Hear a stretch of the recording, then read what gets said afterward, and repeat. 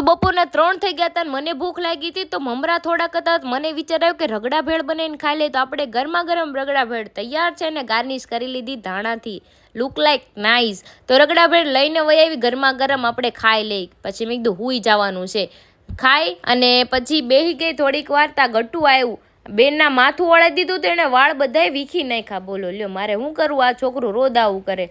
અને મેં કીધું હાલ સુવરાઈ દઉં. તો મને કે મારે સૂવું નથી ને, સીધી ખાટલા નીચે વહી ગઈ કે મારે અહીંયા બેસીને રમવું છે. બોલો આ છોકરું જોયું કેવું તોફાની છે. અને હરી આવી ગયા હતી તો એના ફોનમાં હતા ને મને આવતો તો કંટાળો. પપ્પા પાણીપુરી લાવ્યા. મારે જ કાંઈ ખાવા નથી ને તો હરીને ભરી દીધી અને હરી ખાય હે પાણીપુરી. કેમ કે મેં પાણીપુરી ખાવાનું બંધ કરી દીધું છે, કેમ કે થોડીક ચાડી થઈ ગઈ હોય ને એવું લાગે છે. અને ગટ્ટુ કિંડરજોય લાવ્યું તો પાપાને કે તમારે ખાવું તો હરી કે ના મને ન ભાવે. બોલો ઈ ગળું ખાતા નથી ને એટલે ગટ્ટુને હાલે. અને ગટ્ટુને કહેતું ખોટું ખોટું રોતી કે નો પાપા મારે નથી રોવું.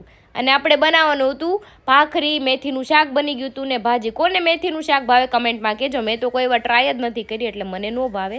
અને ફૂલ લોક જોઈ તો મારી ચેનલમાં આવી ગયો છે. લાઈક શેર સબસ્ક્રાઇબ ને તમે સાંભળ્યું મારા ગટ્ટુનું ગીત ફોર એક્સપ્રેશન. ઓહડ ના હોય ઓહડ ના કોઈ શિકવા ના કોઈ ગમ, તમે વાલા છો તમારા